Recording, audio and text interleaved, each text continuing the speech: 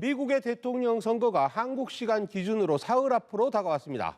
막판 판세를 보면 조 바이든 민주당 대선 후보가 우세를 보이는 가운데 도널드 트럼프 대통령이 대역전을 노리면서 추격전을 벌이는 양상입니다.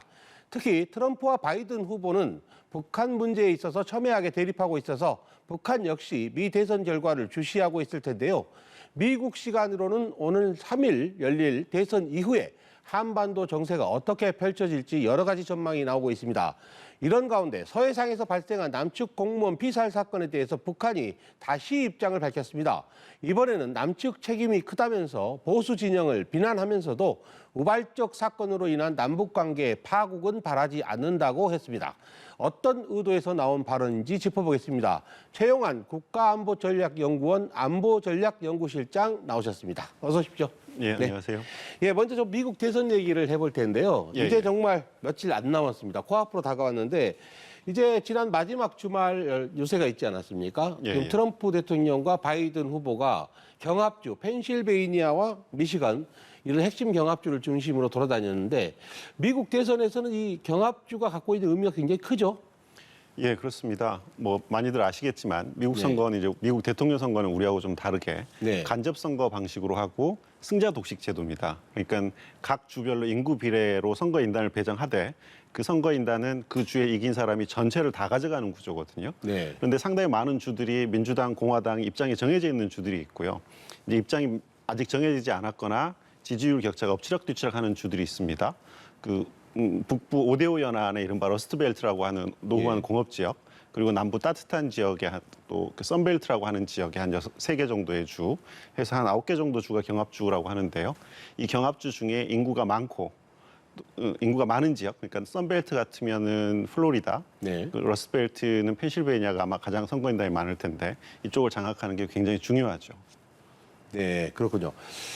자, 이제 그런데 대선이 이렇게 코앞으로 다가오면서 이번 대선이 뭐 순조롭게 마무리되지 않고 자칫하면 폭력 사태가 빚어질 수도 있다, 뭐 이런 걱정도 나오는데 일단 막판 판세는 어떻게 지금 전망을 하고 있습니까? 뭐 지금 판세는 뭐 객관적인 지표상으로는 바이든이 우세하다고 봐야죠. 혹시 트럼프가 2016년 경험으로 봤을 때 뭐 이길 수도 있겠지만은 이긴다고 하더라도 압도적으로 이기기는 좀 어려울 것으로 보입니다. 근데 바이든이 압도적으로 초반에 승세를 정해버리면 좋은데 이게 빨리 정해지지 않고 박빙으로 승부가 끝난다거나 혹은 근소한 차이로 재검표에 들어간다거나 했을 경우에는 한쪽에서 이제 이것을 대선 결과에 대해서 불복 의사를 밝힐 수 있고 그렇게 되면은 이제 굉장히 혼란스러워지지 않을까라는 최악의 시나리오죠. 네.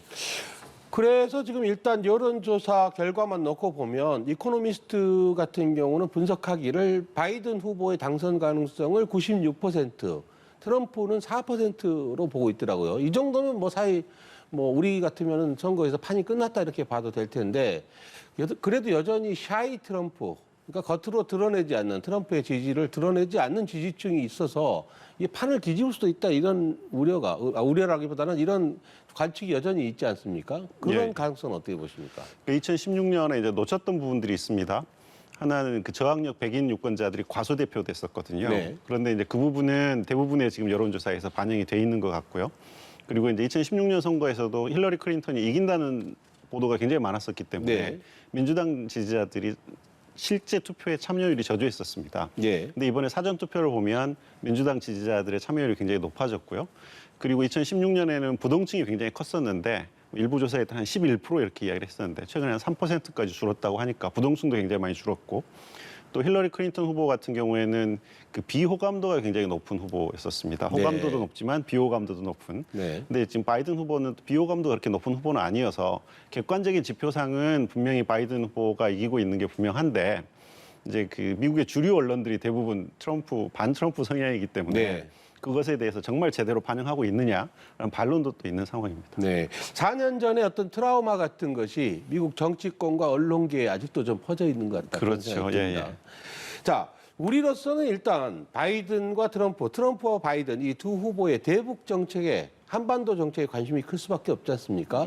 일단 트럼프만 놓고 보면 트럼프가 만약에 재선에 성공한다면 이전의 톱다운 방식을 그대로 고수할 것이다 이런 관측이 많기도 한데 또 한편으로는 하노이에서 실패한 적이 있기 때문에 노딜로 끝난 적이 있기 때문에 굉장히 조심스럽게 할 것이다. 2기 트럼프가 된다면 이전과는 다를 것이다. 뭐 이런 관측도 있거든요. 실장님은 어떻게 보십니까? 그건 정말로 이제 두고 봐야 될 일이긴 하지만 그 미국의 재선 대통령의 2년차 징크스가 있습니다. 네. 이게 집권 한 6년 차쯤 됐을 때죠. 그때 중간 선거에서 대부분의 대통령들이 실패를 하고 네. 급속하게 레임덕으로 빠져드는 경향을 보이거든요. 그러니까 트럼프 대통령 같은 경우에도 그 레임덕을 피하기 위해서는 2년 차 안에 네. 첫 집권 2년이 굉장히 중요할 거고 그렇다면 성과를 내기 위해 노력을 할 텐데 예. 뭐 기본적으로는 지금까지 다뤄왔던 그 한반도 정책의 틀 안에서 다루겠지만 트럼프 대통령 성향상 그리고 김정은 위원장과의 관계상 아마 그 탑다운 방식의 정상회담을 추진하려고 할 개연성은 바이든 후보보다는 굉장히 높다고 할 수 있습니다. 네. 반면에 이제 한미 동맹의 현안이라든가 이런 부분에 있어서는 그 우리가 4년간 겪어봤지만 트럼프 대통령 특성상 불확실성, 불예측성이 굉장히 높아진다고 봐야 되겠죠. 네. 바로 지금 불확실성, 불가예측성 얘기를 하셨는데 트럼프 대통령의 성향상 집권 2기가 되면 여론이나 이런 거 상대로 신경 쓰지 않고 또 한국 정부의 입장 별로 신경 안 쓰고 그냥 마이웨이, 나의 길을 가겠다 이런 식으로 좀 독자적인 노선을 밀어붙일 가능성도 있다. 이렇게 보는 사람도 있어요. 그렇죠. 근데 이제 그게 이제 트럼프 대통령 같은 경우에는 기존의 미국 그 대외 정책이 가져왔던 관행 이런 거에서 네. 벗어나서 본인이 방점을 두는 부분에 굉장히 초점을 맞췄었기 때문에 그게 이제 북한 문제였었고요. 네. 그리고 또 반면에 한미 동맹 같은 경우에는 기존의 관행에 벗어나서 이게 동맹을 돈의 가치로 환산해서 생각하는 경향이 있었기 때문에 또 네. 많은 문제가 생기지 않았습니까? 네. 그런 아마 기본적인 기조는 1기와 2기 혹시 다시 집권한다고 하더라도 기본적으로 유지되지 않을까 그렇게 생각합니다. 네. 그럼 바이든은 어떻습니까? 바이든 같은 경우는 트럼프가 해왔던 톱다운 방식, 그러니까 정상들 간에 합의하고 아래로 내려오는 방식이 아니라 밑에서부터 실무적으로 협상을 해서 위로 올라가는 이 보텀업 방식으로 갈 것 같다. 이런 얘기도 하지 않습니까? 아마 가장 크게 논의되는 거는 이제 그 양자 관계가 아니라 다자트를 중요시할 거다. 네. 그리고 그 탑다운 방식이 아니라 바텀업 방식을 선호할 거다라는 게 가장 큰 특징, 다른 점이라고 네. 할 수 있을 것 같고요.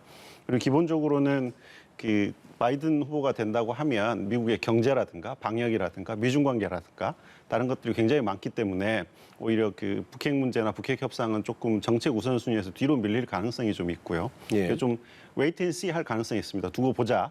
근데 이 과정에서 북한이 참지 못하고 도발을 한다거나 하면 그 제재 수위가 굉장히 높아질 가능성이 있기 때문에 또 아까 말씀드린 것처럼 상향식을 선호하는 방식이라서 전체적으로 좀 북핵 협상이 진행된다고 하더라도 빡빡하게 될 가능성이 더 높다고 봅니다. 네. 그 보텀업 방식이라고 하는 것이 말은 그렇게 약간 표현은 다르지만 일각에서는 오바마 대통령 시절에 이 전략적 인내, 북한에 대해서 그냥 뭐 뚜렷한 조치를 취하지도 않고 그냥 쭉 전략적으로 참고 넘어가는 이렇게 되면 오히려 북한의 도발을 방금 말씀하신 대로 자극할 수도 있다. 관심 끌기 위한 그런 가능성에 대한 전망, 우려 이런 건 어떻게 보십니까? 물론 이제 그 과거에 비해서 제재 수위가 굉장히 높아졌고 그렇기 네. 때문에 전략적 인내로 갈 거다라는 전망이 굉장히 우세한 건 사실이지만 저는 또 그 2009년 상황하고 지금하고 또 많이 상황이 달라졌다고 생각합니다. 하나는 방금 말씀드린 것처럼 제재 수위가 굉장히 높아졌기 때문에 북한이 추가적으로 도발을 한다고 하면 네. 제재 수위가 계속 자동적으로 높아질 텐데 지금 북한 경제가 그렇게 녹록지 않은 상황이고요. 네. 2009년 상황은 그 김정일에서 김정은으로 넘어가는 북한 내부의 어떤 동학이 작동을 해서 저는 그때부터 2017년까지 한 10년 가까이 그 북미 관계를 고려하지 않고 북이 핵 개발에 나섰다고 생각하거든요. 근데 이제는 북이 핵 개발 어느 정도 수준에 와 있기 때문에 추가적인 도발을 하기보다는 협상에 나설 가능성도 좀 있다고 생각합니다. 다만 걱정스러운 거는 바텀업 방식으로 가게 된다고 하면 네. 이게 북이 아마도 그 핵 폐기를 전제로 한 협상보다는 핵 군축 협상을 하려고 할 가능성이 굉장히 높거든요. 네. 근데 미국에서도 일부 그런 입장을 가진 사람들이 있습니다. 군축론자들이. 네. 근데 그렇게 진행될 경우에는 이게 부분 비핵화로 끝날 가능성도 좀 있어서 우리로서는 좀 우려스러운 방식이 될 수도 있을 것 같습니다. 그런데 그 바이든 지금 후보 같은 경우는 북한의 핵 능력 축소라는 걸 전제로 해서 김정은과 만날 수 있다고 하지 않습니까? 그 예, 예. 핵 능력 축소라고 하는 것이 비핵화입니까? 아니면 부분 비핵화입니까? 그러니까 이게 지금 우리로서 좀 모호한 부분인데요. 네. 아마 미국이 지향하는 거는 완전한 비핵화를 분명히 이야기를 할 겁니다. 네. 그런데 만약에 조금 전에 말씀드린 것처럼 핵 군축 협상에 들어간다고 하면 미국 본토를 직접 위협하는 투발수단, 핵무기 등등이 제거되는 게 아마 첫 번째 미국의 관심일 거고요. 네. 그게 제거된 다음에 추가 협상을 하겠죠. 그렇지만 추가 협상에 들어갔을 때는 전체적인 협상의 동력이 굉장히 떨어질 우려가 있는 거죠. 우리 입장에서 네. 봤을 때는. 네. 그렇게 되면 우리는 원하지 않고 미국도 원하지 않지만 결과적으로는 협상이 그 진전과 교착을 반복하면서 부분 비핵화에 끝날 우려도 있다고 생각합니다. 만약에 이제 바이든 후보가 대통령이 돼서 미국이 정권 교체를 하게 된다면 북한의 김정은 정권은 어떻게 대응을 하게 될 것으로 예상할 수 있을까요? 일단은 그 북한 입장에서는 미국의 새로운 행정부를 상대하게 될 테니까요. 예. 새로운 행정부 입장을 탐색하는 탐색기를 좀 거칠 겁니다. 아마 대개 미국의 외교안보 라인 입장이 정해지고 외교안보 라인 인상까지 한 6개월 정도 기간이 굉장히 중요할 텐데 예. 아마 북한은 선제적으로 내년 1월 달에 있을 8차 당대회를 즈음해서 네. 입장을 정할 거고요. 그리고 한 6개월 정도 기간 동안에 그 미국의 협상 의지를 테스트하는 기간들을 좀 지날 것으로 보이는데 아까 말씀드린 것처럼 북한이 여기에서 바로 고강도 도발로 갈 거냐? 저는 제재의 수위가 자동적으로 높아질 거기 때문에 그렇게 하기보다는 좀 미국의 의지를 탐색하는 차원에서 점차적으로 도발의 수위를 높여갈 걸로 생각합니다. 네.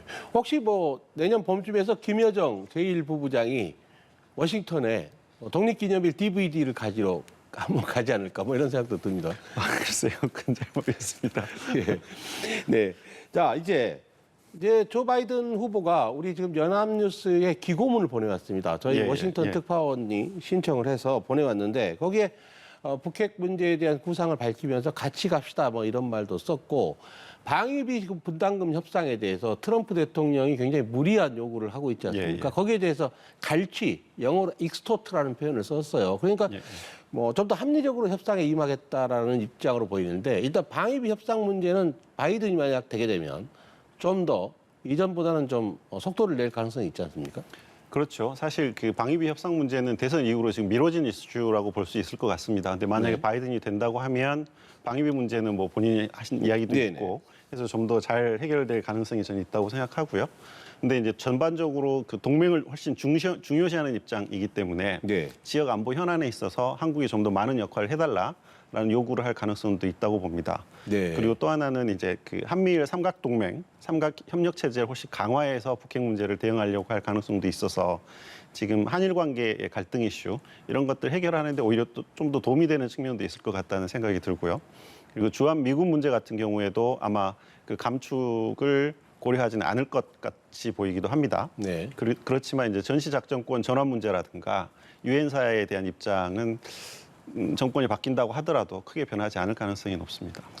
아, 그런데 이제 한미일의 이 삼각 동맹은 아니지 않습니까? 현재 문재인 정부가 분명한 입장은 한미는 동맹이고 한일은 동맹이 아니다. 이게 분명한 입장인데. 미국 입장에서 보면 네. 근데 이제 미국 같은 경우는 이제 쿼드 중국을 겨냥한 그 쿼드 안에 우리를 좀 플러스 원으로 집어넣고자 하기도 하고. 근데 그런 구조가 되면 우리 정부로서는 만약 다음 차기 정부가 바이든 정부가 출범하면 우리 정부는 그런 상황에서 어떻게 대응을 해야 될까요?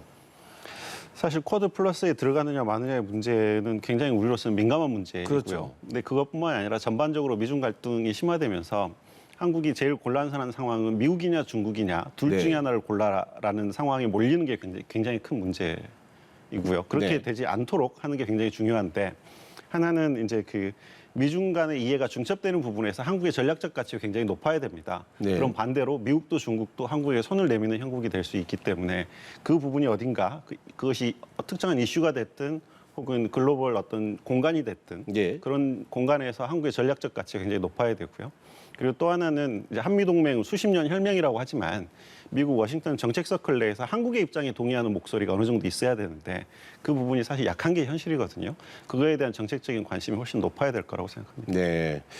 자, 이번에는 이제 서해상에서 발생한 우리 공무원 피살 사건과 관련해서 피격 사망 사건과 관련해서 북한이 조선중앙통신 보도 예. 이걸 통해서 이렇게 얘기했어요. 이번 사건에 대한 남측의 책임도 크다라고 얘기를 했는데 또 이제 보수 진영에 대해서는 좀 광풍 그런 예. 예, 반복 광풍을 일으키지 말자 이런 말도 했고 그런데 결론적으로는 또 이런 우발적 사건으로 인한 남북 관계의 파국은 원치 않는다 이렇게 말했단 말입니다. 예, 예. 말이 좀 복잡한데 어떻게 해석을 하십니까? 사실 올해 내내 남북 관계가 별로였었는데 네. 하반기에 보면 일관된 맥락이 좀 있습니다.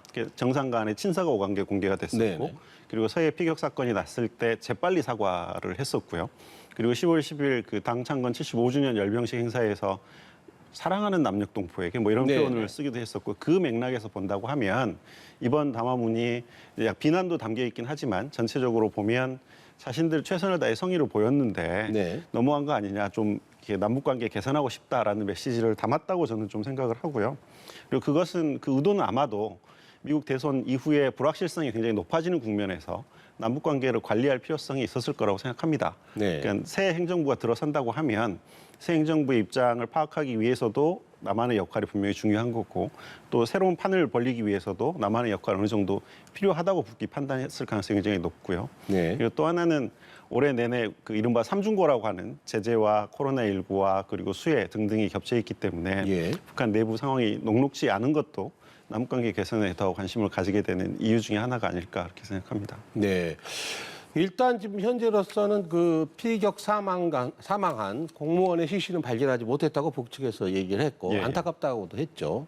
근데 우리 정부 같은 경우는 어쨌든 사건의 사실 규명이 좀 조속히 이루어져야 한다는 입장이고 그걸 위해서 군 통신선을 좀 연결하자 그렇게 해서 소통을 예, 예. 원활히 하자 이렇게 얘기를 했는데 저희로서는 뭐 합리적으로 보면 통신선은 연결하는 것이 서로 이번 사건의 협력도 그렇고 앞으로 있을 어떤 추가적인 충돌의 방지 이런 측면에서도 굉장히 큰 역할을 할 텐데 북한 쪽에서 이걸 받아들이지에 대해서는 좀 뭐랄까 좀 부정적인 관측 내지는 소극적인 관측이 많은 것 같아요. 지금까지 북이 그런 문제에 대해서 적극적인 입장을 보여본 적이 없었기 때문에 네. 아마 그런 부정적인 관측이 많은 게 사실일 텐데 그럼에도 불구하고 이제 그 남북 간의 설명이 다른 부분이 있어서 우리 네. 입장에서는 분명히 요구해야 될 걸 요구하는 거죠. 사실 규명을 하자라는 게 굉장히 중요하고 또 하나는 이 사건 자체도 중요하지만 이 비슷한 사건이 또 생기면 안 되지 않습니까? 재발 방지 차원의 노력도 굉장히 중요하다고 바로 생각하거든요. 그렇습니다. 네. 그 첫 번째가 아마 군 통신선 복구일 텐데 좀 한 걸음 벗어나서 좀 멀리 포괄적으로 본다고 하면 그 남북 군사 합의의 이행과 그리고 미흡한 부분의 보완 차원에서 좀 접근을 해서 전반적으로 접경 지역에 있어서 남북이 어떻게 관리할 건가에 대한 관심이 필요하지 않을까 그렇게 생각합니다. 네, 저 끝으로요. 지금 이제 민간 차원에서 남북 교류라도 복원을 해보자라고 지금 통일부에서 예, 예. 이인영 장관도 열심히 얘기를 하고 있고 문재인 대통령도 국회 시정연설에서 남북 생명 공동체라는 표현을 썼어요. 코로나19 대응 같은 것을 협력하자 이런 얘기인데 예, 예. 이런 점에 대해서도 북쪽이 전혀 호응이 지금 없지 않습니까? 예, 예. 이건 왜 그렇습니까? 북한도 사정이 별로 그렇게 녹록지 않은데 민간 차원에서라도 적어도 협력하면 좋지 않나요? 사실 한 두 가지 정도 생각할 수 있을 것 같은데요. 네. 하나는 작년 이제 12월 말 전원회의에서 북한이 자력갱생을 통한 제재 정면 돌파전을 선언하지 예. 않았습니까? 예. 그 맥락에서 이제 김정은 위원장 스스로 외부에 의존하는 사업 행태를 바꿔라라고 지시를 했는데 그런 상태에서 외부로부터 도움을 받는다는 것이 어떤 논리적인 모순이 하나 존재하는 게 있고요. 그리고 또 하나는 북한의 보건의료 체계가 워낙 허약하기 때문에 네. 방역의 처음이자 끝이 오로지 차단입니다. 그래서 굉장히 엄격한 방역 차단을 실시하고 있어서 외부에서 물건이 들어가기도 어렵거니와 일부 들어가는 것도 굉장히 그 곤란을 겪고 있다고 제가 알고 있습니다. 네, 그렇군요. 네, 답답한 상황이긴 합니다만 어디선가 돌파구가 좀 생기기를 기대해 보겠습니다. 오늘 말씀 여기까지 듣겠습니다. 지금까지 최용환 국가안보전략연구원 안보전략연구실장과 함께했습니다. 고맙습니다. 네, 감사합니다.